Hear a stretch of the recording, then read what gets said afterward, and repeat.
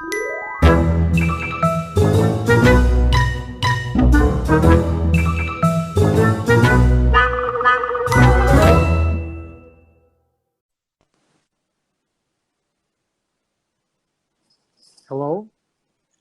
Hello, M. is that B? That would be me, B. Oh, thank God. I was waiting for you, and there was this ridiculous uh, elevator music or something. You mean Anya? No, no. No. This was a more elaborate, you know, like call waiting type of music. So just to explain, we're doing something new since we have a lot of things to do and we are not really able to fully catch up with the episodes. We've decided to simplify things and start recording using the Anchor application. So God only knows what kind of quality this is going to be, but we do need to try it, right? Let's try it and hope and pray for the best. Yeah, what I know is you sound very bad, but that's not new.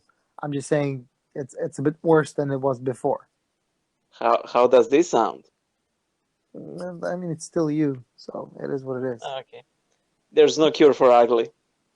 Yeah, but anyways, the topic for us today, which definitely ain't gonna finish today, is I think it's finally time for us to start talking about Serbia and Serbian people, to be more precise, and something we love to refer to as local mentality, which is not only attributed to people from Serbia, but actually people from all adjacent countries easily. Would you agree with that? Oh, all the way, all the way. So let's call it the mentality of the Balkans. Yeah, Balkan yeah, mentality, right? that would be So fair. so how does one even begin? How does one even begin to talk about Balkan mentality? So I think that the question is rather how does one end talking about the Balkan mentality? yeah, fair. But in order for us to get somewhere, we need to start walking. So, um, so this is a very patriarchal society we live in, right? To say the least. To say the least. To say the least. Serbian people, as well as Croatian people, people in Slovenia, Bulgaria, Macedonia. These are all people more or less having roots in Slavic peoples, right? And Yep. every time I ever read any kind of history on Slavic people, I always, it always starts with, there was a lot of, different, uh, peoples or tribes, Slavic tribes, and they were constantly, uh, on each other's throat. Like Bickering. fighting, waging war, and of course, other peoples surrounding them or conquering, the parts where they used to live, um, constantly used that to their advantage. Oh yeah. Divide and conquer. Only you don't have to do the divide because it's already it's Oh yeah. you just need to take advantage of what's already in front of you. So that never changed. Just so that we're clear, there's no war here right now or anything. But Right now. but the animosities between, I will say, quote unquote peoples, because Yeah. we're so similar. It's I mean, the language is absolutely the same. Let's start by saying that. But okay, this bickering, as you call it, it's still fully alive. There's a lot of nationalists everywhere, and Yeah. it's a pretty turbulent area to live in. Would you agree with that? Oh yeah. I mean, it is one of those things that I personally believe will only get resolved at dread judgment, if even then. I'm being overly optimistic. Yeah, literally the last day of the world as we know it. Well, And the rest of the day that follows. yeah. The thing is, there's I think in one way we're talking about a clash of different religions. From another perspective, we're talking about this almost it's in our genes to fight. I remember, for example, one Serbian saint, very well known and respected across the entire Orthodox Christianity and maybe beyond, Nikolai Velimirovic. Yeah. So he said on many occasions, basically praying to God, and the first thing he would pray is basically, for Serbian people to start getting along, Oh, like yeah. because he knew that it's almost impossible. So we're not talking like about animosity between peoples, Serbians and Croats, for example, or I don't know, can I call them Montenegrins? And Okay, why not? Why and not? and whomever. It's just that within the specific, let's say, ethnical groupation, you have so much bickering and fights and everything. So it's a part of it's in our genes. But then the first aspect is the difference in religions. We actually in this small area, the Balkans, we have Christian Orthodox, Roman Catholic, and Muslim religions. All the ingredients of a perfect soup. Yeah, I was gonna say cake. Okay. I was gonna say cake because the icing on the cake. Yeah, go ahead. No. I was I had a lot of cake, a couple of days ago, so now I could really go for a soup. So that's why I used that one. Cake then soup. Not the best order of things, I'd say. Yep. But in any case, we really do have all the ingredients for things to go wrong at any time, and they do. Yes. They do. And they do, and I often think that the sole way to resolve these issues is somehow to separate all of these peoples so they never come in touch with each other again. But then again, which is ironic, you technically have beautiful tales of friendship, cooperation, which don't get much of exposure because, as we all know, good news are always boring. You know? Yeah. I mean, why would you talk about that? Where that's gonna be? Oh yeah, cool. Next, and but when you can say when you can talk about conflicts, and most of them are actually made up. Yeah, but I think that my phobia of flying on a plane, and probably yours, would be much resolved if every day you would hear how many planes landed safely. But But you always instead you always hear about crashes, and just like 5 minutes ago, I read about a plane crash where all the passengers survived. And I'm like, if any of them steps on a plane ever again, kudos to them. Like, you went against yourself and conquered it. Yeah. Well, to add to that, every time I talk to somebody about planes, and every time somebody quotes some kind of statistics, about people dying in car crash versus people dying from shark attacks versus people dying in planes, like literally the day after, there's something in the news. So I'm not discussing this because I do not want to wake up to another tragedy tomorrow. So late for that. I'm not having it, man. I'm not having it. Back to Balkans. What's your favorite thing about the Balkans? As regards to our mentality, No.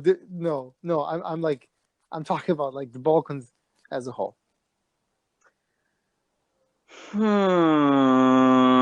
Okay.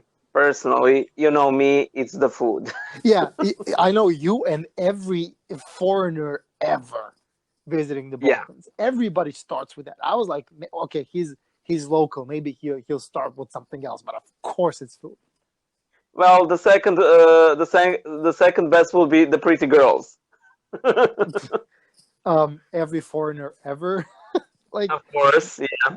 nothing's changed. Nothing's changing. Well, yes, but I wouldn't say pretty girl. I would just say pretty people. I think we're a beautiful nation. It is what it is. Like Yeah. we, And the third it's a thing fine that gene pool. oh yeah. And the third thing, which I would never mention, but foreigners always mention, is the nightlife. Yeah, I well, basically have absolutely no experience with Serbian or Balkan or any kind of nightlife. yeah. The thing is, I can't really relate. I, Yeah. I mean, I remember a past life. Being a teenager or 20-something-year-old, Okay. and I can remember going clubbing. I think that's how we used to call it. And Hmm. fact is in Belgrade, everything is open. For example, almost the entire night. Oh yeah. And if you're into that, you can't really get bored, and it's probably for foreigners. It's cheap, so I'm Yeah. guessing that's why they underline or emphasize the nightlife. But Yeah. but anyways, um, basically what you said, that's those are impressions of every single foreigner. But also, to add to that, when people visit for the first time, they come with so much prejudice because I Yeah. mean Hollywood. You know, every second terrorist is a Serbian or a Russian. you know, Well, I wouldn't even say Hollywood. I would again blame it on the airplane syndrome. Like every time you hear about Serbia in the media, it's not a good thing. yeah. You know? We are the bad guys in media. So and Yeah. I don't see that. I don't see that changing. You know, but it is what it is. And you know, I think Albanians are also being constantly put in context of mafia, Oh and yeah, yeah, yeah. and but people come with certain expectations. I'm not To sure say the if I talked about this on a podcast. Maybe I did, but I remember this guy from United States who wanted to experience the nightlife, but he brought a knife with him because he felt because okay. he felt very very unsafe. Look, God knows how he came by that knife, but this is a real story. Okay. I'm not making this up, but he was like he was a boss of my friend, and when my friend got married, it was an event that I was a part of as well, etc., etc. So I met him as well, blah blah blah. So they wanted to go out, and while they were getting dressed and all that, something very very hard fell onto the floor, and that was a thump sound, and everybody looked down, and they saw that he had dropped a knife from his pants. you know and when they started laughing their asses off and asking him, what is this, he explained that he felt very very unsafe.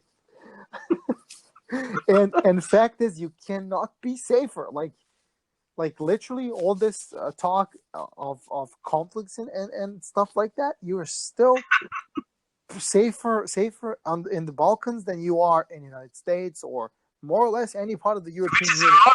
Which is ironic considering all the stereotypes. Of course, yeah. Well, and that's that's something that people, when they visit for the first time, I remember this guy.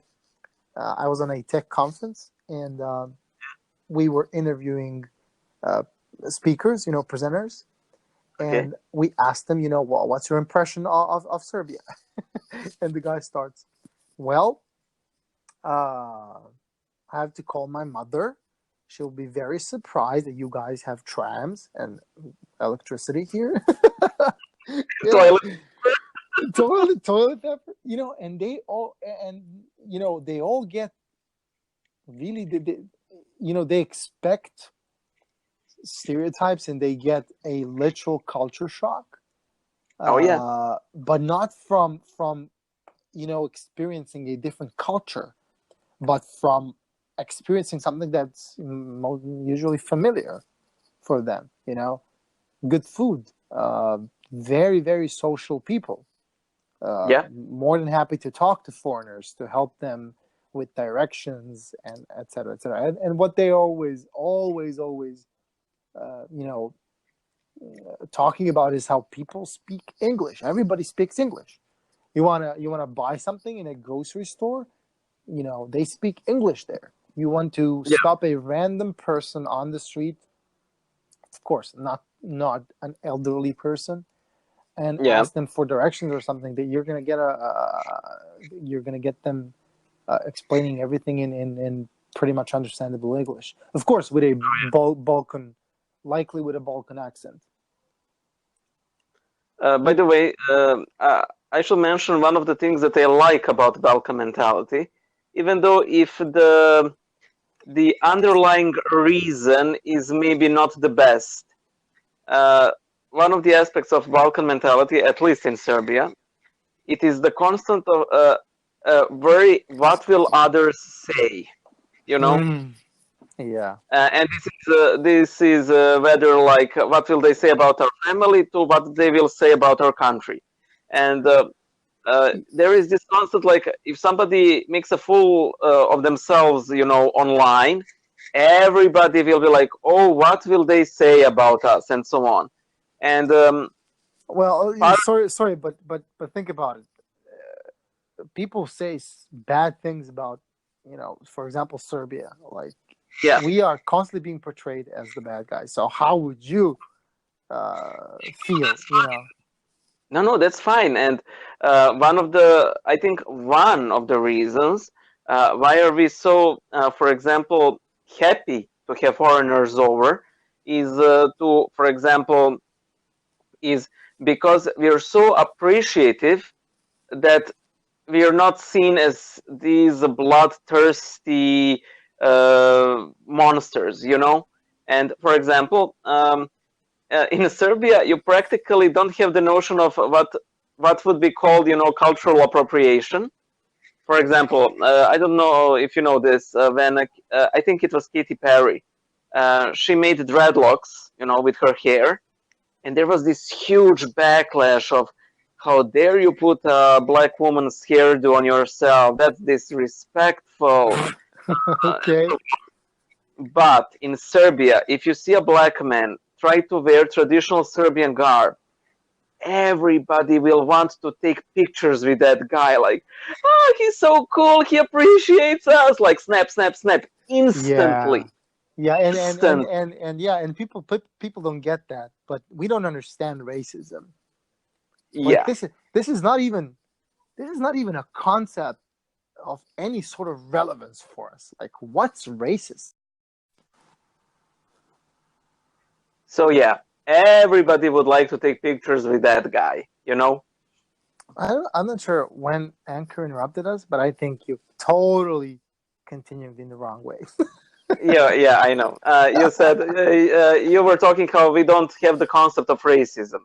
Yeah, we also more or less don't have a concept of, political correctness. Oh no! Oh no! Like, all the worst possible memes you can think about that would insult 99% of the snowflakes in the Western countries. Yeah, for us it's just thing to laugh at. Yeah. Without any sort of problems. Oh yeah, I do like our sense of humor, I have to say. Like when there's something crazy going on in public life, oh man, the memes, the jokes.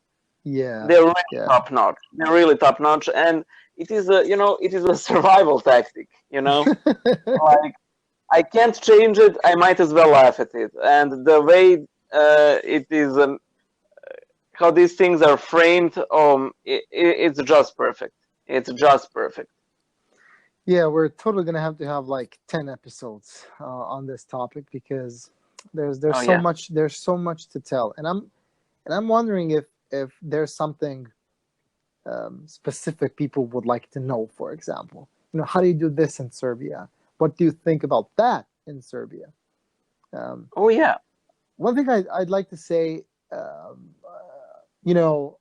I am proud to be Serbian, Mm-hmm. because we have such a rich history and such a rich culture. I'm not a fan of Serbia today, um, Very few people are. especially culture wise. But we do, our roots are so versatile and so broad and so rich. And one word, we come from a very from people who have very rich history and great people in the past. Yeah. Present, not so much. Sorry. Uh, maybe a couple of interesting mice, but that's about it. And some very very good sport people. But Yeah. let's be realistic. This geographical area constantly gives birth to very very successful people in sport. So Then, that's I think it's said that here, at least very recently, there were some major budget cuts, and the first things that got the axe were education, science, and culture. So all of the things that enrich in your culture, those were the first targets. And I find it so sad that the people who gave Pupin, who gave Milankovic, who gave Tesla, who gave Jovan Pančić and everyone, now we are basically cutting our tree of science, which is absolutely tragic. yeah. You I know? think I think even our Belgrade University has fallen down on a very important list because nobody quotes our scientists anymore because you can't be a successful scientist in Serbia when you can't get any sort of financing for science projects. Oh yeah, So big time. yes, that's what I'm saying. I'm definitely not a fan of Serbia today, especially with all the problems we have with consequences of very very bad decisions in the past couple of decades. Um, Yeah. but as a people, we still have so much to offer, you know, and Oh yeah. when we're talking about the Serbian heritage, a huge part of it is a significant number of monasteries and churches across the Mm-hmm. country and beyond, which is it's a it's a treasure you can't even quantify Guys, because if you yeah, yeah, go ahead. guys, if you ever visit Serbia, visit at least one Serbian monastery. Apart from the religious reasons, they're truly the gemstones of our culture, history. They're they're very well kept. They're beautiful. Uh, it they literally have history in their stones. So it is literally a must visit. Practically any monastery. So, Yeah, did you know but that for example, you can if you want to try to build like a family tree, you can like okay. hire a specialized agency that actually visits monasteries and churches and tries to get their books, very very Oh, old books, and so that they can explore deep into history and actually create the family tree for you. And wow. I know people who did that. And monasteries are actually the biggest source of this information because they keep books for like 5 centuries back. So Wow. monasteries are such a look in the you know, for Treasure example, trove. in the medieval period, for example, Yeah. and even after that, they were educational hubs, you know, where Yep. royalty and nobility went to get education, and Yep. you know, those were the first schools in Serbia, you know, and thus they're so rich, not only spiritually, which you would expect from a monastery, but also physically, you know, material wise. They have. Let's start with the fact that, you know, we have monasteries there from like 12th century. We're talking Yeah. very old. For example, that have relics of saints, um, who are, you know, still whole, um, Yeah. and their relics are more than 5 centuries old, which is, to say the least, it's impressive. Even if you Yeah. don't like, even if you don't subscribe to Orthodox Christian Orthodox religion, or even if you're Yeah. not a Christian, or even if you're not, you don't believe it in God, this is something to experience. You know, Oh yeah. Oh yeah. and I'll give you an example. My father, a Hmm. military guy, retired colonel, not a Christian, but respects church very much. You know, not church like people, but church the institution and what it means for our people, what it means for Serbian people. Which is And also a big part of Serbian mentality, respecting the church. yeah, exactly. Again, Serbia today, not that proud the of that part of the mentality, but it is what it is.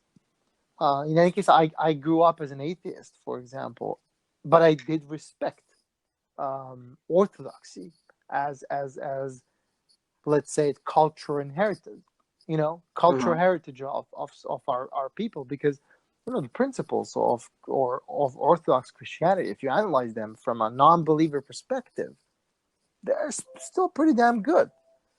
Yep. So, you know, all that being said, my father visited maybe even more monasteries than I did. You know, since I became a Christian, I, Yeah. I I never got to visit as much as he did, um, simply because he respects it so much, and he used to he used to bring us when we were kids. Imagine Oh like man. like a military, like communist type person bringing his kids to a monastery, and you know, it was the time when communism was still, you know, resonating in everybody's little brains, you know. Yep. Um, um, so that being said, that is a huge part of, you know, our heritage and what Serbia, and what Serbian people really is. Yeah. And I know a lot of people come for the nightlife, they come for the food, um, but you should really come um, for visiting a literal living history, and also for visiting the nature, because Oh. Serbia has beautiful landscapes, untouched landscapes, beautiful Uh, and simply mesmerizing, and something that is very specific to the Balkan region, what we refer to as ethno villages, which is I a have to. uh-huh. I have to story. Uh, since forever I wanted to visit the Rocky Mountains. Mm-hmm. USA. Mm-hmm. Why? Because of those beautiful wallpapers that are practically all from Rocky Mountains. And when I read the Wendigo story from Blackwood, okay, it was pretty scary, but the description of that forest, of those mountains, oh man, it's beautiful. I would risk a Wendigo, to see. Okay, I wouldn't, but but it was simply beautiful. And okay, and ever since I was little, I would go to Zlatibor Mountain, because my grandparents used to live there while they were alive, and we kept coming back because we have a house there. But we always stuck to that central Zlatibor place. We never really got around. And one day, my dad says, "Let us go to the Tornik Pinnacle." So okay, fine. There was how do you call it? That thing that goes to the top. I don't know. Rail card? Is it a rail card? Anyway, No, it's not a rail card. I don't think it's a rail card because I can't remember the word. It doesn't have any rails. I know. Okay, let us not go to etymology. Well, yeah. Guinea pig isn't a pig, so. No. The thing is, we're no longer recording in front of a computer, and you can't Google the word. Oh, technically, I can. I can sit in front of the computer. In front of a computer. Okay, then Google the word, and say it. No, I won't. Anyway, we come, to the pinnacle. We climb up with machinery there. Yeah, that's it. By using the magic of science. And there's this view from the top of that pinnacle. I swear, it was probably the most beautiful thing I have ever saw. Yeah. Like, no desktop wallpaper, especially on XP, could compare to that one. Like, it was, I think, if somebody made me to stay in one place for whole eternity, I would have picked the top of that pinnacle. It was simply amazing. The rest of the story isn't as great because Mom was there as well, and we had to go down, and we had this bright idea to go down on foot. Oh, nice. Yeah, and there were two pathways. The longer one, which was really long, like I think at least 10 miles, and the shorter one, which was a couple of miles. Being very smart, we decided for the shorter one, even though I wanted to go the longer one because it seemed more beautiful to me. But, I didn't want to pull my mother through that ordeal. So we went through a much more difficult ordeal. Because the slope downwards, at least in the beginning, was so steep. It was incredible. Like, we were moving, inch a minute just so we wouldn't tumble down. And for the next 2 weeks, we had our legs were so sore, literally, because at that time my dog was still alive, and we used to put this short fence at the entrance of our yard, so he wouldn't run away. Because he was sort of senile at the time. Mm-hmm. I don't know if dogs get senile, but you know what I mean. That fence was like half a yard tall. I barely got over it. Mom couldn't. So I used to say that really short harmonica fence was basically to prevent both mom and dog from running away. Yeah, just to be clear, I forbid you to use the imperial system and talk about yards and pounds and whatever. We use the metric system. It's better. Sorry, Americans, but it is what it is. Hot dogs per heartbeat. By the way, you know how it's called? It's called cable car. Okay. Did you Google it? Of course, I Googled it. But the thing is, it gave me an idea to very briefly talk about the fact that we have such a rich language, and that the way words are combined, and made into new words, it's so much more imaginative than the way it's done in English. In English, you just say cable car. It's a car that runs on a cable. Okay. But I've also but look, there's more. Chairlift. Because this would be the chairlift. Yeah, so that's why I wanted to ask you. Was it like a car, like a cart, as you tried to put it? It was a bench. But also, believe it or not, somebody would say mountain railway. So, Uh, you know, the thing that fascinates me most about all of these words is that one word is always correct and one is not. Okay, it's not a railway.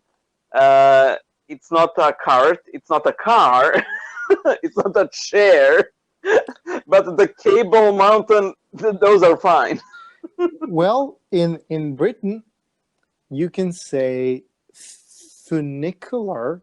I'm not sure if I read this correctly, but it's Funicular, funicular or funicular railroad. Yeah.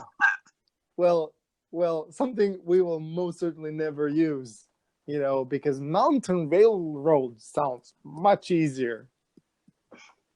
Okay, but then how do you describe actual mountain railroad? Like a railroad, roller coaster. railroad that goes, through a mountainscape. I don't know, man. It's complicated. Let's stick to the 1,000 words in English used in normal business communication. Our podcast. Yeah, exactly. This podcast is limited by, but in any case, to go back by our language skills. Yeah, back to our native language skills, where we have something to show. The thing is, languages developed based on so many factors, right? And one of the factors that was very important for developing Slavic languages, for example, is the fact that they used to raise cattle, and they kept cattle, and the cattle needed something to eat, right? And they eat they eat grass, and there are so many different words for a field, for a grass field, based on its location. If it's in the middle of a forest, if it's on a mountain slope, if it's on the top of the mountain, you have so many different, very specific words. While in English you would basically more or less say field, right? I mean, there's more words in English, and we are obviously not the ones to make the right comparison. Yeah, exactly. But in reality, we have so many words that are used in very, very specific situations, which are not slang, and not idioms. And they're just specific words that describe terms. Yeah, exactly. So in that sense, it's a very, very rich language. And what foreigners always notice immediately is how everybody speaks the same language. And literally, Serbia, Croatia, and Bosnia, and it's all the same. It's the same language. And Montenegro, Montenegro as well. It's the same language. And in former Yugoslavia, it was called the Serbo-Croatian. But then, as Yugoslavia fell apart, every nation wanted a language for themselves. So there's Serbian, Croatian, Bosnian, Montenegrin, and all that. Even though it's the same language, I'm wondering, if next step is like Belgradian. Why not? I mean, the differences between, for example, Serbian and Croatian are as subtle as somebody from Belgrade and somebody from south of Serbia. It's literally the same language. I think that the differences between Belgrade and South Serbia are even more pronounced than typical Serbian and typical Croatian. Well, could be, but also you have Macedonia, which language-wise everybody kind of likes to make fun of by saying it's like it's Serbian with the flaws. Like, for example, like for example, if people in Sweden, if you ask them about Danish people, they would tell Yeah. you they speak Swedish with a hot potato in their mouth. Yeah, they will tell that's how they sound. And if you ask a Serbian, how does a Macedonian sound, they would say something like a Serbian with a speech Yeah. a speech flaw. I'm not sure what's the best way to actually translate that. But I used to work with a Macedonian. I had a Macedonian colleague. He Yeah. worked with us, and he spoke Macedonian. I spoke Serbian, and we understood each other perfectly. Even though there's Okay. words left and right which are a bit different, but yeah, absolutely. Like there was like 99% understanding. So I'd vote to say it's the same language as well.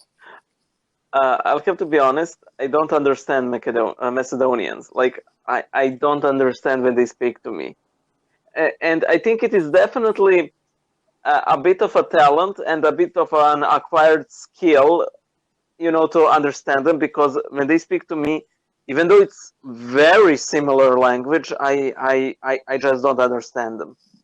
Well, maybe there's like a blockade, that your brain simply puts up, and Yep. so that's too much. No, I'm not using that word in that way. But I also wanted to say we have Bulgaria with a very similar kind of language, but we don't understand Bulgarians. Yeah. And by the way, Macedonians understand us perfectly, simply because Yep. they consume a lot of television from Serbia. Yeah. Serbian pop culture. Yeah, Serbia, which they could have picked a better one. I'm just saying. They could have picked a better one, because today, all that culture I was bragging about and all that rich history. Today, this is reality show, everything, like everything, even our politics is, oh my, it's the dirtiest possible reality show one can get. But look, we're not going into that right now. Like in Serbia, it's no longer funny. Yeah. That was gonna be the title of my YouTube channel, but I'm afraid. But I'm Which literally afraid. how would it go? In Serbia, it's no longer funny. Oh, actually, that sounds like something I would subscribe to. I know everybody whom I've shared the title with, they instantly knew what I was talking about. So, it's pretty It would be a indicative. shame if somebody took it. Well, go ahead, but you know what? If you're not afraid, do it. I live in constant fear of everything, so I won't. Yeah. So, it's scarier than an airplane ride. Oh man, don't speak of airplane. Yeah, I think Serbians traditionally have a fear of flight, but I might Well, be wrong. my dad has one, so I think it's very common, but I can't claim it's very common just for Serbia, and the Balkans, and maybe other one can people. actually, in Balkans it was never funny. Oh yeah. Oh no. Yeah, I mean Um. you remember when we had a guest, Vladana, and Yeah. we talked about, well, a brief part of Belgrade history, and we talked about the Ottoman Empire. Yeah. This entire area was under Turkish rule for, like, we say 5 centuries, but it wasn't that long. It was four something, but still, four plus centuries. Come on, It depends on the area. It really depends on the area. Somewhere it was longer, somewhere it was shorter. yeah, but But in general, it wasn't the 6th centuries we generally claim. yeah, but 4 plus centuries of having a conqueror dictate how things are gonna go, what's gonna be Yep. happening, what flies, what does not fly, uh, and being able to preserve the culture and identity. I think that's quite, and I think that's might be the best example of something we refer to as the local Balkan stubbornness. Oh yeah. which is also a very big thing. If you know somebody from the Balkans who is not stubborn, something wrong. Yeah, they're fake person from Balkans. Yeah, yeah. So for example, if you use Twitter and you see somebody tweeting about the Balkans, if they're not stubborn, if they're not defending, their point of view, even when they're clearly lost, that's not a person from the Balkans. That's just your regular Joe. Or can I say that? Oh my God, is this politically correct? Can I say Regular that? I think Because it is still illegal. I think it is still illegal. yeah, but it assumes that I'm talking about a man. Why I'm not talking about a woman? Why am I not talking about a trans person? So your regular Joanna Joe Johnson. Yeah, we look. I apologize, but as I said, we don't understand political correctness from the And we mark perspective. it mercilessly. Oh God, yes. But obviously, we refrain a bit. Well, do we? That's a good question. But in reality, we don't subscribe to. In general, in Serbia, and the Balkans, people do not subscribe to the modern way of thinking about gender, equality, and all that. to We're not trying to be intentionally obnoxious, mind you. Yeah, of course. It's just it doesn't fly here. That doesn't work like that, right? There's no such thing as microaggression or and people in general are not snowflakes. And even if there are people like that, and they would be a bit louder on social media, not really in public and in general, they're exceptions, and they're usually a part of in one way or another a part of a non-government organization financed by United States or by European Union, this or that country. Like you can really see a template.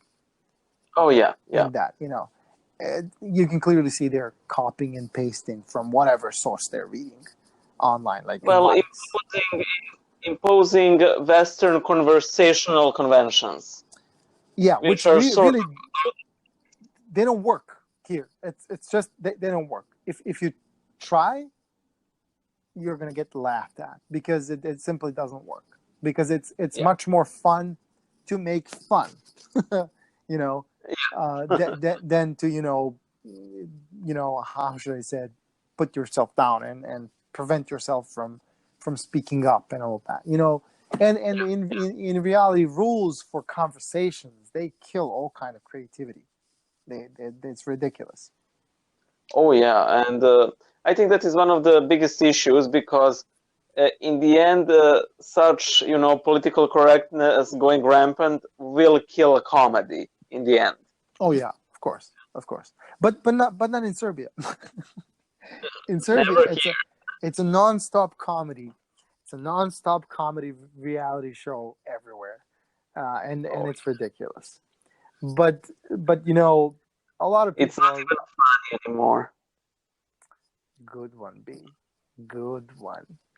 I try. Points for you. I try. The thing that I'm still happy about, even though a lot of people are leaving, young, successful, smart, good-looking people are leaving constantly, and a lot of friends are leaving as well because they can't really put up with some things that are very, really, really bad, which we're definitely going to talk about sometime. Oh yeah, definitely. But still, a lot of people who stay, they are raised on good principles, and there are good principles, and there's a decent value system in place in the Balkans, and a lot of people are really raised in that spirit. And I'm not just talking about Serbia. I've met a lot of Croatians and Bosnians who are very well raised, simply put, wonderful people.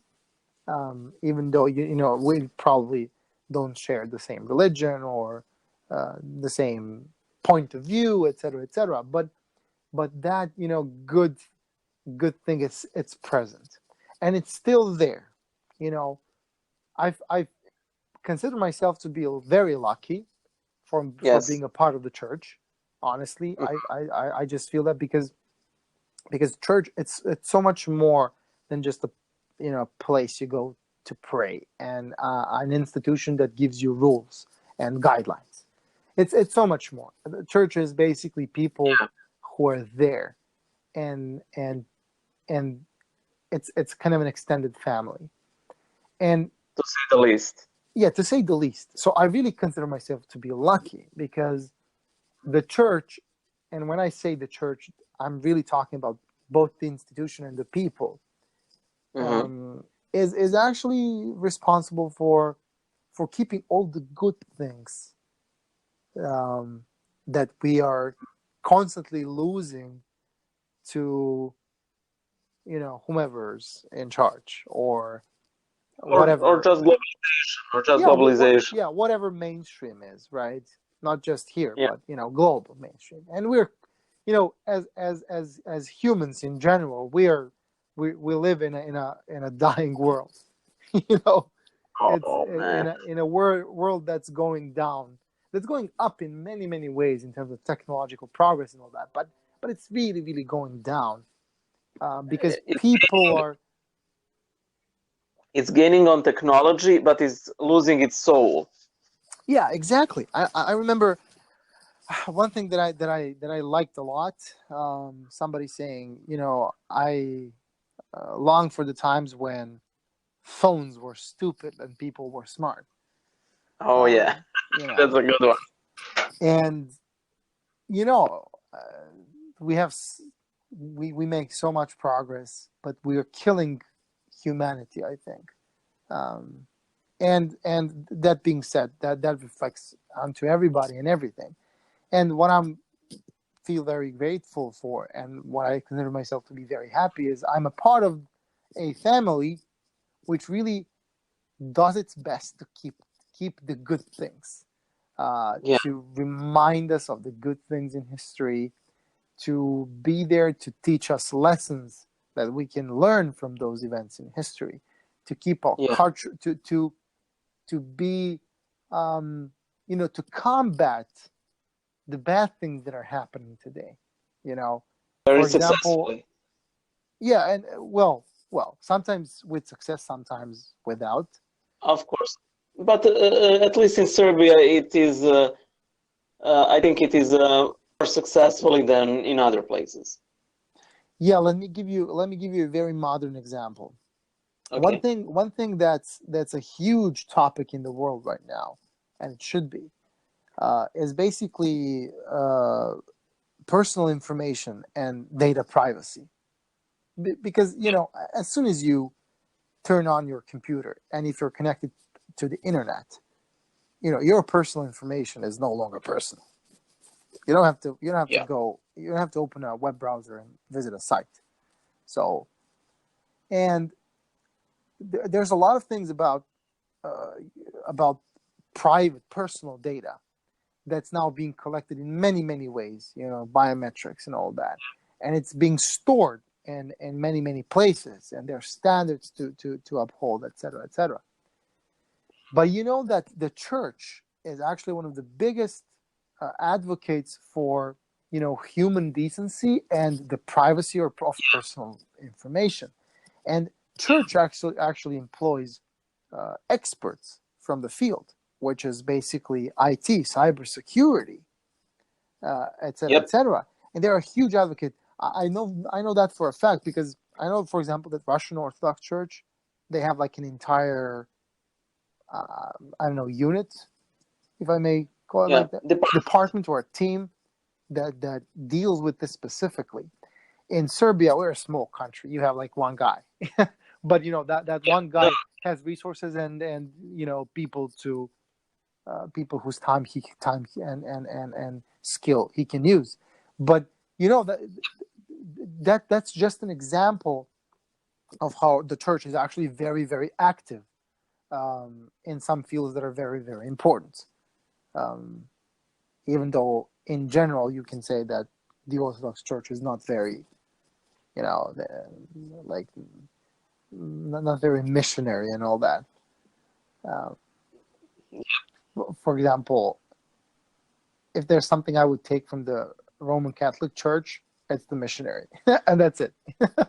Well, from my perspective, I know you like the Roman Catholics. That's fine. You like a lot of things, starting with the robes and how they built cathedrals, and that's all fine. But I'm talking about, like, if there was one thing you would take from Roman Catholics, what would you take? Me personally, Yeah. um, That's a if good there's one question, thing huh? that they do far better than us, at least in Serbia, I think it is taking care of the poor, and in general, their care for the people who are way worse off than, for example, us. You know, and again, in part in Serbia, the issue is that the church was forbidden for practically 50 years to operate on anything except outside of the church itself. And even in there, it was problematic. We didn't have it as bad as in Soviet Union, nowhere close, but still, it Yeah, wasn't good. yeah. But So, church still feeds people. Church still feeds people. All the like quote unquote public kitchens are run by the church. yeah, Which I is know. something. But you're absolutely right. I think But it there's kind of institutionalism in the Roman Catholic Church, and organization that actually helps facilitate a much better yeah, relationship with people who are in need. So that's a good choice. That's a good choice. I I think totally give you a thumbs up. I think that the primary issue here is that people here are practically not used to church, devoting its efforts to charitable care. And by people, I don't mean just people outside of the church, I mean precisely like the bishops, the priests, as in it seems unusual to them that they should do anything else but do the services and preach within the church. It is getting much better now, of course, Yeah, but yeah, some works some work remains to be done. a lot of work remains to be done. Um, A and lot. as far as charity goes, I'm not sure if you're aware of that, but if not, you would probably be amazed at the sheer quantity of people who go to monasteries asking for help. I know that. Yeah. All sorts of help, including feed me and give me money, which is in a lot of cases very problematic. And I think in one of our first episodes we talked about how we got scammed. Yeah. Maybe it's a big thing here.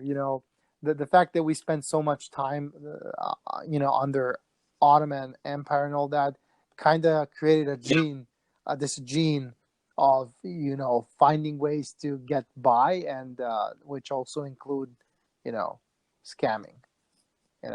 Today. Yeah, I think one of our most problematic strains in our Balkan mentality is individualism that tends to have total disregard for community at large. Yeah, You we know? celebrate hustlers, Yeah. and that's people will actually celebrate hustlers. And when I say hustlers, I really mean people who will steal from the public finance, from the state budget, who will Yeah. find a Yeah. way to steal from the budget so that they can buy a car, build a house, build a business, buy a coffee shop, and they will. A lot of people will praise them because they found a way, and that's a part of that modern Serbian culture, and that's not Serbia, that's the entire Balkans, and they cooperate with each other. You know, if you're wanted in Serbia, just escape to Croatia. You know, you if you're wanted in Macedonia, you know, or sorry, North Macedonia, Yeah. escape to Slovenia. You know, there's uh and you always have Albania. So But in every apartment building, you will have, you know, like sort of 1/3 of people who never pay the cleaning lady, who don't pay for the upkeep for the elevator, and so on, for the maintenance. oh yeah, yeah, and they you know the company will try to find ways to. Oh my God, every building ever, you know.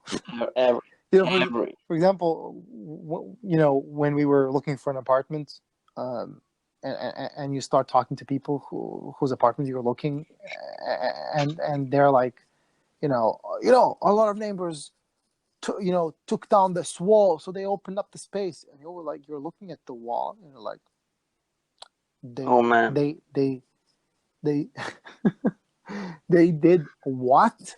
You're looking at a full concrete wall that is an integral part, you know, that is super important for the structural integrity, not only for their apartment, but for the entire freaking 9 stories, Yep. 12 stories building.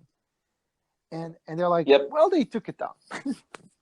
They survived, so it's okay. Yeah, exactly. And by the way, and let us remember, honorable mention, the infamous washing rooms of every apartment building.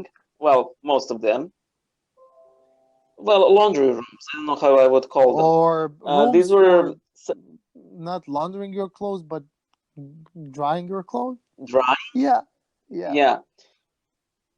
These were large rooms that a lot of apartment buildings had in Belgrade. Yeah, mine, that for were used example. to, and mine. And these were, used to maybe not so often wash, but definitely to dry your During the clothes. winter, for example. Yeah. And in literally every building that had them, these rooms were changed to illegal apartments. Well, or extra rooms for top floor apartments. Yeah. Yeah, including Or my building. in mine was bottom floor. And the woman who moved in, now she's really sweet, and she has probably the sweetest dog I have ever seen in my life. She bought that laundry room from a woman who didn't even own it. Yeah, I mean, it really doesn't come as a surprise. I mean, if we go there, people will start laughing on everything because nothing works here. You know, nothing really works. You know, Yeah. I feel like sometimes in the past, you know, there was a ball, like imagine a football, a ball, right? And somebody kicked that ball, and Yep. and let's say that ball is, you know, everything in Serbia, including government, public transportation, public healthcare system, everything. And the ball is still rolling and things are happening, but there's no logical explanation in terms of how is this still there? How does all of this exist? You know, it's ridiculous because nothing works as it's supposed to. Sorry, can you repeat that? It is one of those miracles of life that. Well, let me tell you some examples, right? Let's talk about those laundry rooms. Let's call it like that. For example, you know, the thing is, nobody really knew they exist. You know, people sell apartments and all that, and nobody tells anybody anything, and there's no rules or anything. You know, for example, if you're living at the top floor, okay, and you have problems with rain and snow, you know, you have water dripping, nobody cares. You're gonna have to take care of that problem on your own. If you're in the ground floor and you have animals going in making a mess, or there's some kind of machinery in in the basement that breaks down and starts smelling, nobody cares. You have to deal with that problem only if it affects you, and nobody wants to help. And there's no law or rules, or there is law, there are rules, but there's nobody to enforce it. So it's just, for example, or there are people who enforce them, but they don't, nor do they care. There's people who are dedicated, to that, and they earn money for doing that, but they never do that. There's too many people on the public payroll who really don't do a thing. But a lot of people, for example, in my building where I grew up, they didn't even know that the thing exists. And only like the last 2 floors used it to actually dry their clothes. And it was such a good thing, because you could open it up, you could open it up and go through it into the next building, which was pretty useful. I mean, we actually went through bombing, and in 1999, and you can and my building had an atomic shelter, which is ridiculous. Like, communists built this, and they knew something was coming. Like, literally, you could survive like an A-bomb strike in that. Like, literally, that's how it was built. Ridiculous. The door is half a meter thick, like steel or something like that. You took 2 people to just move the door. But I digress. So, but then I remember my first neighbor, and he was at the time, he was like president of the building council, which was nothing. And still is. They now have laws about that, and it still is crap. And I remember he basically asked for people to sign approval, because if you want to do some kind of modifications, unless there's some kind of urbanistic plan or something that you would have to adhere to, you would have to have 50+% approval from owners of apartments within that building. So I remember he went to us and asked, would you give me your approval to turn that area into a room for my kid? And we were the only apartment who did not give them the approval. I mean, we were using it. It was not fair. Yep. But he went ahead and did it, and they owned that place, and we couldn't use it anymore. And I can only imagine other people not even know what the hell that is. Like, I don't care about that. I just don't. And I'm gonna sign whatever you want and go ahead and freaking do it. And that's how everything works. People are generally not interested in dealing with problems. Anything. And if there's one way to describe that part of our mentality, is we do not think, plan, or act long term. That's it. No. Like, you do stuff for now. You try to deal with things now, and if everything breaks apart, who cares? It's somebody else's problem, And on all probability, you will survive, and that is well enough. Yeah, and truth be told, a lot of Christians that I know are like that as well. It's a simple fact, being a Christian doesn't absolve you from having that mentality. It's just simple fact. No.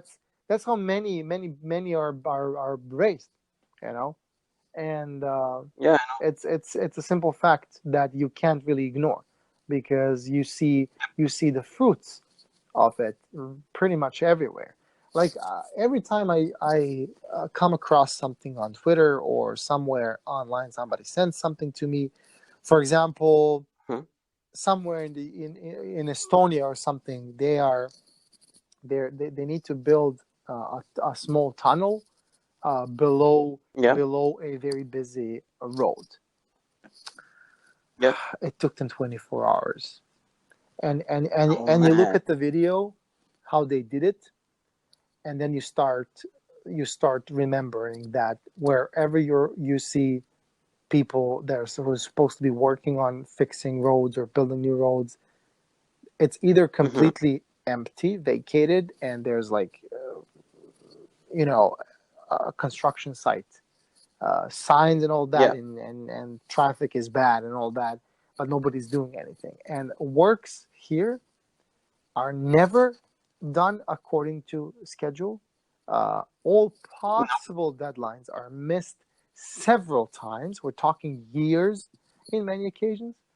But then we finish a part of a highway after breaking every possible deadline, after paying ridiculous amounts of money per kilometer of road, after creating the biggest possible mess in traffic, in the worst possible moment when traffic is the thickest, which is basically summer when people are going everywhere.